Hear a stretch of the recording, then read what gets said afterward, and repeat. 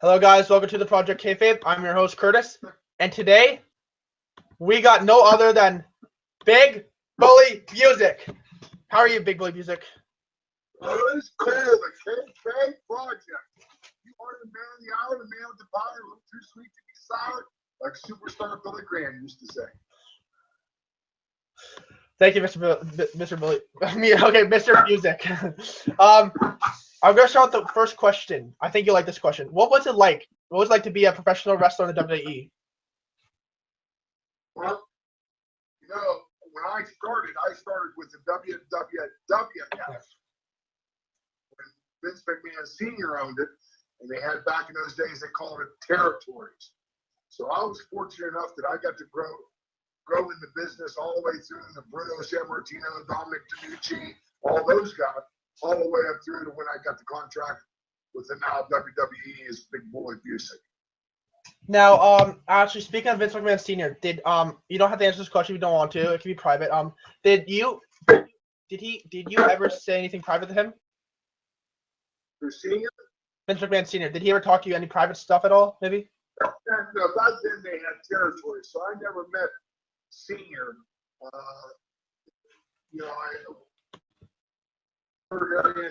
They used to use what was called local towns.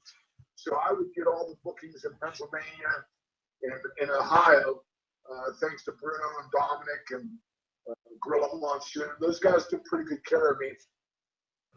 And that's actually how I learned the business. I didn't formally go to any school.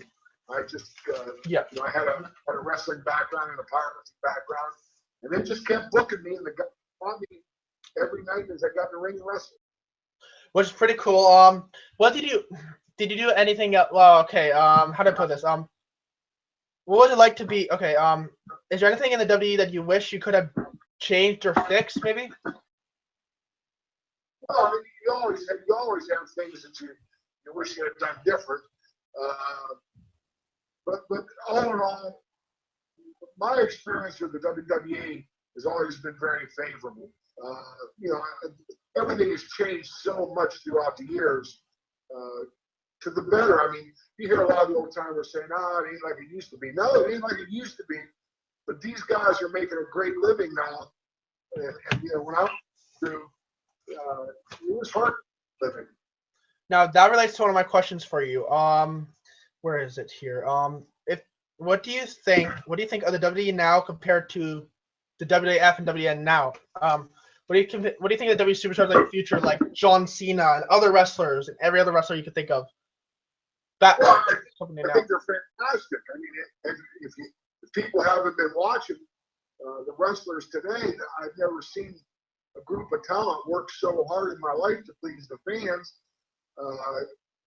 You see it starting in full circle. Now you see the storylines coming back, and you see the matches actually starting to tell a story again. Thank you. Another question. Can you tell me anything just tell me about your career overall. Just tell me about your career overall right now. Well, as I told you, I come from a steel town right outside of Pittsburgh. Yep. And here in West Virginia. So, I grew up in the Valley. And go West Virginia! Yeah, we're in West Virginia. West by God, Virginia, right, Curtis? Yep, right. That's damn right. And I grew up with a powerlifting background and a wrestling background. And, and I was a cop. My primary profession was law enforcement. So I never really depended on professional wrestling to make my living. However, because of the powerlifting background and everything, and my love for the business, I kept getting stuck. Kept going back into the business, and I went from the area up here to being law enforcement down to Atlanta. And when I got down to Atlanta, I kept getting sucked into the business, and I got around Jerry Blackwell, I Bill the Butcher, and Mr. Wrestling 2, and these guys just helped promote my career even more. Now, you said you were a bodylifter, right? Powerlifter. That helped you out to get you in the high school wrestling. Now, what did you think of that? Hey, aren't you saying bodylifter? Curtis, what get you in a gym? I need to go to the gym. I honestly do. So You're gonna give me your word. You're gonna go get a membership and you're gonna start training, right? I promise you, I am. I promise I'll get a membership. I promise. I just need to get the money first. I promise. I will literally send you a photo when I hit the gym. I like it. Okay. What was it like to be from a police officer? Now, can you tell me before we get into wrestling here, before a police officer, I mean wrestler, can you tell me what it was like to be a police officer? Now, I know that has nothing to do with your interview of wrestling, but can you tell me what it was like? What was it like being a police officer? Well, I love law enforcement. I mean, I actually became a cop when I turned 19. I turned 19 in June, and I June? got hired in July. What birthday? What's your birthday in June? Yeah, my birthday's in June, and What day? I got hired when I was 19 years old. So I was one of the youngest police officers ever to get hired. Now, what day is your birthday in June? June 1st, buddy. I'm 14 days off of you. I'm June 15th. There you go. There you go. Okay. Now, did you do anything criminal? Did you do any deal with anybody at all? Maybe like bad or anything like that? Any criminal things like shootings or anything you can tell me about? Well, yeah. I mean, I've been in a couple firefights. And, I was an instructor at the academies and on defensive tactics and use of force. So law enforcement I encourage any young person to go into law enforcement. It's a great career. My oldest boy now has 14 years. He's a West Virginia State Trooper, and he's loving it. And, my youngest boy, he's dived into the cage fighting. He's got a big title fight coming up March 25th here in Ohio. So I hope he does good. I might be watching that. If you send me a link, I can totally watch that. Now, what's the courses compared to law enforcement of the courses? This is not on my sheet, but I heard when you did the courses, you go through the law. What was it like going to those? To go to what was it like going through their courses to go to the WE courses, having to train for the WN police officer? What's the difference? Well, I went to any course. All my training was in the ring. Like I said, I had the high school background with wrestling because I wrestled in high school. Yeah. And then I called the defensive tactics training from law enforcement. So it was a natural crossover for me to get into the ring. I didn't mind working what was called in the business stiff, which people like Bruiser Brooks, Abdul the Butcher, Jerry Blackwell, Mr. Wrestling 2, those guys all had a very stiff style of working. And I was just fine with it. If we could get you in the Hall of Fame, would you do it? Of course. I don't see that happening. My career with the WWF was I had a nice contract, but I was really only on about 6-7 months. And but they treat me good. They always, even to this day, they give plugs to the bully. And in case you didn't know, this mustache won the best mustache ever in the history of the WWE. Now, what was it like being rated in the top 10? What was it like? Tell me, the best mustache. What was it like? Oh, well, it was a great honor that guys even considered that. Yeah, listen, the WWE is the wrestling organizations. Anybody can say what they want. The good thing is you see independents starting to make a comeback, and that's opening some doors for guys. But the business, like I said, has changed dramatically. Yeah, with like bringing in people like Shinsuke Nakamura and bringing in like people like Bobby Roode from TNA, and you got different like AJ Styles. Like, what do you think about that? Well, you have to adapt. You got to. The WWE is its own entity. It's not like working an independent wrestling show that you see today. They have specific jobs that they want you to do, want you to accomplish, and you do what they say. And 9 times out of 10, if you do what they say, they're gonna take you where they need to take you. Now, I don't know if you've seen the video, but there's a video on The Rock called CM Punk. Like nowadays, you see that, and people like Vince McMahon Jr. or Senior, I don't know which one it was. He is on the WWE. He got pissed off about that. What do you think of that? Like, back then, if you did something like that, they wouldn't get mad. Like, what do you think of that? Which video are you referring to? The Rock calls CM Punk live. I wasn't aware of that.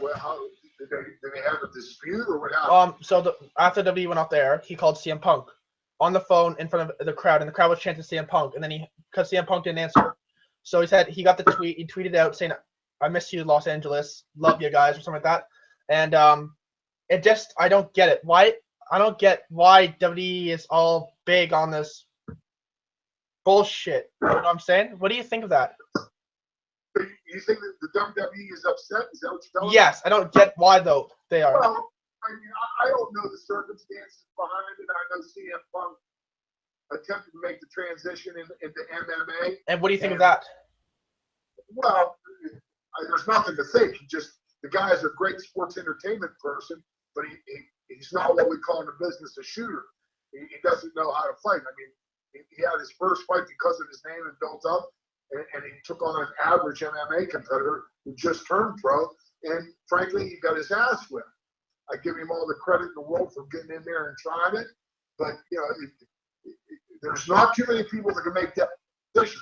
And by the same token, there's guys that are in the MMA that couldn't make the transition into sports entertainment. You can't fake a body slam. You can't fake taking bumps. The chairs. I've been hurt a lot more in sports entertainment than I have been in what we call shoot fighting. Yeah. Okay. What do you think of Goldberg? Okay, I don't want to get this wrong. I don't want if WWE sees this interview, I don't want to get mad. What do you think of Goldberg with the title right now? What do you think of that? In my opinion, I totally think that's not fair. Kevin Owens worked in and day out to have the title, and Goldberg sat on his ass for 12 years, did nothing, comes back, 3 matches, and wins. Well, look. No offense to Goldberg or nothing. I just think. Here's the bottom line. It ain't about what you think or what I think. It's about what they can get the crowd to react to. So, listen, if Goldberg, if his ratings don't continue to grow, the WWE is going to phase him out. It's that plain and simple. So like Roman Reigns when he had the title for a while, which the ratings went down a lot. Well, Roman is second generation and excellent wrestler. And again, they know what they're doing, and it takes people like Roman Reigns to make Bill Goldberg look good. It takes people like Brock Lesnar to make Goldberg look good. And yeah. I was there for that match too. Actually, Brock Lesnar versus Goldberg Survivor Series. Listen, Brock was what he's doing. This guy's for real. And I saw that match, Goldberg versus Brock, actually live in Toronto, and I went there, saw it. I honestly think it was a great match. Actually, in my opinion, it was a shock. I thought the match was going to go 40 minutes or something like that because it was 40 minutes on the timer. I looked, I see Brock Lesnar. I just saw it right away, just a spear right away. I'm like, wow, this is shocking. I didn't see that coming. I didn't see that coming whatsoever. I don't think anybody's seen it coming. It's an old-fashioned way of saying Vince McMahon actually did good. And everybody just sat there for about maybe 15, 20 minutes because everybody pulled out their phone to record the match. And I recorded the match. And I was right there, and everybody pulled out their phone to have it ready for 15, 20 minutes. And I was live on Facebook at the time. And I'm like, wow. Everybody just sat there for like maybe 10 minutes shocked to see that this happened. It was shocking. Okay, now back on track. What was it like to be from a police officer to a wrestler? What do you think of that? Well, it was fun. I'm very fortunate in the sense that throughout the years, I've been able to do things that I enjoy doing. I've never been the type of person who would go to work and not enjoy what they're doing. So both law enforcement and professional wrestling, there's nothing in the world like getting in front of a wrestling crowd. And wrestling fans are the greatest fans in the world, bar none. I said that from day one. They're the best. When you can get an old fogey like me walking through the airport and somebody still recognizes me after 5 years, wrestling fans are the greatest people in the world. What titles have you held throughout your career? Not just in WWE, throughout everything. Can you tell me the few titles? Sure. I was the Georgia heavyweight champion, yep. Georgia champion. I'm in the Pittsburgh Wrestling Hall of Fame, Legends Wrestling Hall of Fame. And with the ESPN version of wrestling, Bill Eadie was the executive producer, and he had teamed me up with Bad News Brown. Yeah. If I ever made a mistake in my wrestling career, it was not. I should have listened to Bill Eadie because that tag team could have went somewhere. But when you're young and you get the call from the then WWF, you get excited and you say, "Oh, for me it was like going home." So I opted to go. Maybe I should have held out a little bit more and let the tag team develop with Bad News Brown. Oh, okay. And what was your favorite title? Like, what was your favorite title? Busick was my favorite title. No title. Okay. Championship. What was your favorite championship? Georgia Heavyweight Championship. And why's that? Well, the Georgia Heavyweight Championship carries a lot of credibility. Yeah. I mean, it's been out for a lot of well-known wrestlers that have made the Georgia Heavyweight Championship have carried that belt. So that one really holds a lot of favor to me. Okay, back in 2012, you had an All-Stars reunion, right? Remember that? Right. What was it like to do the All-Star reunion? Oh, I love it. Whenever you get around the boys and you can see guys that you haven't seen for a while, and for me, even to sit down and do an interview like this with you, it's always good stuff to be able to talk to the wrestling fans, and when you see the guys, it's just good stuff, and I consider it an honor and very fortunate. Can you tell me when after you came out to the ring and then you went back backstage, did Vince McMahon or any of the wrestlers say anything to you? Yeah, general conversation. It was good. Would you be able to tell me about that, if that's okay? Well, there's nothing to tell. It was a great time seeing the guys, all that kind of stuff. Okay. When you got a call for being having the best mustache, what did you think? Well, I was kind of surprised. I mean, anytime WWE decides to give you what's called a push, you've been out of the business so long, that's quite an honor. So it's amazing how that little bit of publicity kept Big Bully Busick, the character, alive. Now you're smoking one of those Big Bully Busick cigars way back then. You're finally fortified cigar, Curtis.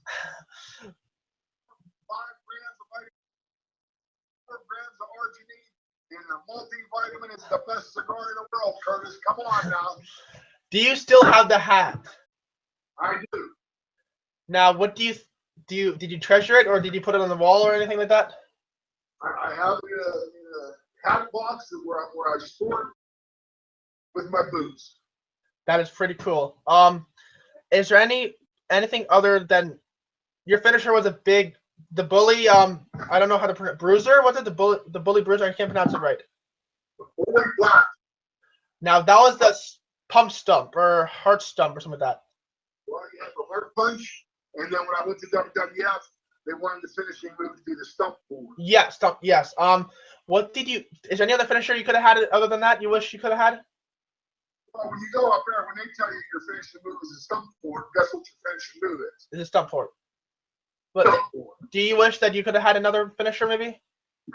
Not necessarily. Okay. Are you glad you had this gimmick, or do you wish you had another gimmick? Well, the bully character took off the minute the bully character hit. It took off. And now you are a heel, right? And what? When is a bully been a good guy? When he wants the lunch money. Did you ever have one of those moments where guys said, "Take my lunch money" or anything like that as a joke? Well, if you remember, there was 2 incidents on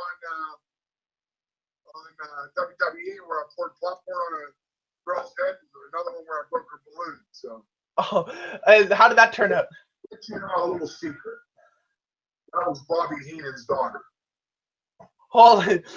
And what did he say about that? Well, Bobby Heenan loved the bully character.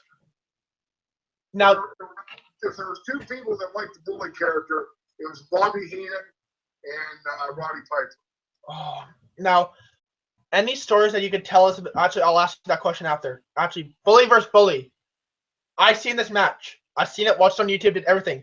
Can you tell me about the match? How this all got started and how from a finish, the match itself and everything. Like, can you tell me how it all got started? The bully versus bully. Bully versus him. Versus bully. There's another bully. You have to versus another bully for the name of the bully. I don't know what match you're referring to. I forget his name. There's a bully. There's another bully in the WWE, right? I mean WWF. You remember that? There's only one bully. Big bully. Now you wrestled him. It says I looked. You had a couple people that imitation is the greatest form of flattery. Yes. Yeah. You got the Blacktop Bully, which he's a great wrestler, and then what's the Dudley Boys? Yes, Dudley Boys. Bully Ray. Now you're talking about the Brooklyn Brawler. Yep. Yes. Did you ever verse him? Wrestling? Yes. Yeah, and how were those matches? I knew I was on my way out. My contract was up, and the matches were fine, and I did what I was supposed to do. Okay. Now I got a few more questions here, and then we can just talk for a bit about the WWE and all that, right? About NXT. That's just a question I'm going to ask you at the very end. The question was, what was it like to wrestle in your time? Like, what was it like? Just like getting in that ring, putting on the boots, putting on the top hat, and having the cigar, walking down to that ring, everybody booing you. What did you think of that? Like, get that crowd reaction. I was doing my job. Like, what? Like, did you love it? Like, did you have the passion for it or what? Oh, listen, if you're in professional wrestling and you make it to the big stage, like I'll never forget when I got to Madison Square Garden. When I walked out, I said, "Oh my God, I'm in Madison Square Garden." How many people could say they were able to perform in Madison Square Garden? Only singers and wrestlers. All I know, and that's great. Do you know Harry Whippleman? Do I know him? Yes, he was your manager. Manager, of course I know him. I don't know if he's still alive or not. I didn't get to see that. Is he still alive? I heard he is. Yeah, I haven't talked to him in years. Okay. I was gonna ask you, how did it feel working with Harry Whippleman as your manager? Harvey came from the Memphis area, and he knew the business. So he was all right. Would you think of him more as a Paul Heyman person? No. Or would you say Paul Heyman was way better? Well, after I left, they tried to put him with a couple wrestlers, and it evidently didn't work out. But he wound up having a nice career with the WWE backstage. You had some great feuds with many people. Can you tell me about it? Can you name 5 feuds? In every 5 feuds, can you tell me about the storylines and everything? What happened? The first one was with Jerry Blackwell, and that may be before your time, but Jerry Blackwell is one of the well-known wrestlers back in the day. Yep, I know him. That was right before the Bully, where I went back to my roots, and we were wrestling the Russian tag team, Boris Zukov and Nikolai Volkov. And I turned on Jerry Blackwell, and that was great. I got to wrestle Bruiser Brody. Bruiser Brody, yeah. North Heavyweight Champion. Bruiser was great, and he got murdered down in Puerto Rico. And then I was able to pick up a lot of matches with Abdullah the Butcher after that happened. And those guys were all great with me. And Mr. Wrestling, too. A lot of matches with him. Outlaw Joel Dean. Had some great matches with Outlaw Joel Dean. You need to look him up, and you need to do a podcast with Outlaw Joel Dean. Joel Dean. Great. Yeah. Now, if I got him on my podcast with you, would you still be up for it again? Oh yeah, I love Joel. He's great. What if I contacted Harry Whippleman and had you guys together on my podcast? How do you feel about that? No. And why is that? You don't mind me asking. Just because I said no. Okay. Harvey. Sorry, not Harry. Harvey. Sorry. Right. Come Curtis. on, Any other feuds you can tell me about you had? Just throughout the years, just wrestling. No, nothing else particular besides the guys I mentioned, which actually got me along the way. Okay, now, And a lot of the things are on YouTube for anybody that's watching this. You can go on YouTube and watch them. And last year in June, there's a video on there. Big Bully Busick fights cancer. Yes. And that was quite a journey for me. I wasn't supposed to make it. Can you tell me about it, please? Like, can you tell all of, not just me, but everyone about it? Like, the whole story, please.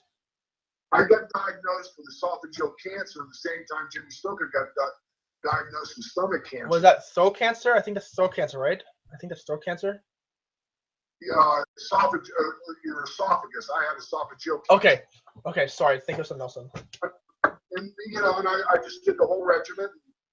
I wasn't supposed to make it. I was in stage 4, and by the grace of God, I got through it. So here I sit, buddy. Lost a lot of weight. I started at 275. I was deadly sick. I went down to 180 pounds. But got through the surgeries, got through the chemo, back in the gym, and my body back up around 222. And so, I'm a very blessed man, Cole. I am sorry to hear that you had cancer, but you know what? When I watched that video, I felt so sad, and honestly, I am grateful to have you here. You don't even know how grateful I am, honestly. You're very kind to say that. A legend like you, if you don't even understand how much of a legend you are. Just. Oh, I don't know about that, but I sure enjoyed the business. In my eyes, I see you as a legend. I see you as a legend in my eyes. I don't care what other people say. I see you as a legend in my eyes. Now I got a question for you, okay? Any stories that you could tell? Any stories you could tell us about on the road where people were pissed off, or any funny stories at all on the road? I don't tell stories about on the road. I don't talk about what other wrestlers did, being good, bad, or indifferent.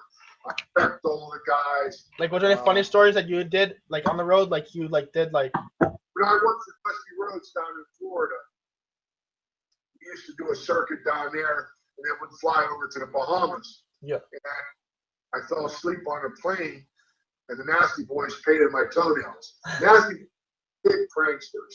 So, yeah, those guys were funny. But, yeah, a lot of good times, especially down in Florida with Dusty. I got one last question that I want to talk to you just in general about NXT and stuff like that, and the business of TNA and ROH. Any advice you can give us fans if we want to get into the WWE or anything at all, just in wrestling in general? You mean talk about becoming a wrestler? Any advice you can tell us about becoming a wrestler? Yeah. Yeah, pay your dues. I see a lot of guys, and this is probably the only criticism you'll hear me talk about the business today, is I see a lot of guys that want to become wrestlers, and they haven't paid any dues. They haven't gone to the gym. They didn't wrestle in high school. They didn't go to any credible schools. One of the most credible schools around is Mr. Hughes. He has a school down in Atlanta. If you're going to be serious about this, you got to be serious. I have 2 boys. The trooper, he's 280 pounds, and the youngest boy, well, he fought heavyweight, but he's dropping a light heavyweight. And I won't even let them break into business. And if and when they decide to, I'm going to send them to somebody like Mr. Hughes, and then tell them, So yeah, the bottom line is, if somebody wants to break into business, respect the business, and don't disrespect the business. Let it keep its credibility. Definitely, because you know what? When I did high school wrestling, it was the hardest thing ever I was to do. I was tired all the time. I never worked out. But then I hit the gym. I decided to stop for a bit after I was in the hospital. But that has nothing to do with this. And that's where I decided that I would, since you told me, I promise you I'll get back in the gym after I get my money. Whenever I get my money, I promise you, I'm not joking, I will. And I promise you, I'll send you a photo too. Now, can you tell me just about the WWE, NXT? What do you think of NXT? All these wrestlers, Triple H brings all these wrestlers. He's a manager. Before Dusty Rhodes was now it's William Regal and Triple H. What do you think of that? You got all those people. Vince McMahon runs Raw and SmackDown. He doesn't do nothing. It doesn't go well. For me, I don't think it's doing well. Raw is not. I don't think so, in my opinion, myself. But look at NXT itself, just NXT right now. What do you think of that? All these wrestlers. I don't know anything about NXT. I occasionally follow the Monday and Tuesday night shows. Yeah. That wrestling promotion is so far advanced. They know what they're doing. They wouldn't have the ratings and have a whole network devoted to WWE if it wasn't successful. They know what they're doing. Some of the fans may be disappointed in some of the stuff, and I consider myself even a fan today. I just love Charlotte Flair. I think she's the greatest female talent to ever come down the pipe. I was so mad when I saw her lose her streak. I was honestly so mad. You don't even know how much mad I was. It was 16-0, and I was I bid money on that match. I bid maybe $20 on that match that she was going to win because I was so happy to see that match. So you were back, boss, right? I know I wanted Sasha, not Sasha. Sorry, I mean I wanted what's her name? Charlotte Flair to win. Definitely Charlotte Flair. I would love to see her win. You did Charlotte Flair lost, right? Yeah, I was. I was so mad. They did their job, Curtis. They did their job. I wish I believe that Bayley should have won at WrestleMania. Now Daniel Bryan mentioned on his Talking SmackDown that in 1 year from now they don't want me to wrestle. He said The Miz did his job, and mentioned that he did this. I won't be wrestle. He said this. Well, you don't understand. You can't wrestle no more. But Daniel Bryan said this. Well, they don't want me to, or I can't, or they won't let me. And Daniel Bryan hinted something there. What do you think of that? Do you think he's gonna come back to wrestle? Well, no, I don't think so. I don't know the answer to that. I don't think so. Or do you think he'll go to the Indies? There's a great wellness policy, and I was just talking to Kurt Angle here not too long ago, and the WWE's wellness policy, thanks to Bruno Sammartino, they've put a good wellness policy in, and they're starting to look after the wrestlers. So they're very cautious on who they're going to let back in the ring if they've had any previous injuries. What do you think of Daniel Bryan going to the Indies and wrestle instead? Why would he do that? Because it's Daniel Bryan. I mean, like he really wants to wrestle. He said himself he really wants to wrestle again. What do you think of that though? Like going to the Ring of Honor or maybe TNA or New Japan? Well, if WWE lets him go, then that's on Daniel Bryan. Okay. Any other like now? Did you love your gimmick? In your own opinion? Loved it. It was a blast. Is there anything you could have added to the gimmick? That's my last question. Is there anything you could have added to the gimmick? Well, when the Bully first came out on ESPN, the Bully was very cartoonish, and that was by my development. When I went to the WWE, Vince McMahon did not want the Bully to be cartoonish.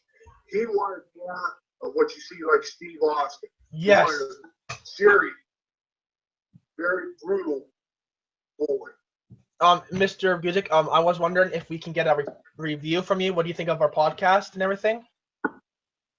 I think it's excellent. I think it's the hottest thing coming down the pipe. I think you're going to great levels. I think you're going to be a star. And just don't forget me once you become a star, Curtis Cole. I promise you, I am not. I mean, I've been trying to get you on for 2 years, and I'm like, you know what? I had enough. I'm gonna message him. I was scared at first. The first year I was gonna message you. It wasn't going right. The second year, I'm like, I can't do this. Third year, I'm like, that's it. I'm gonna message him. I had to get him on, and I finally got you on. I just want to say thank you for joining us.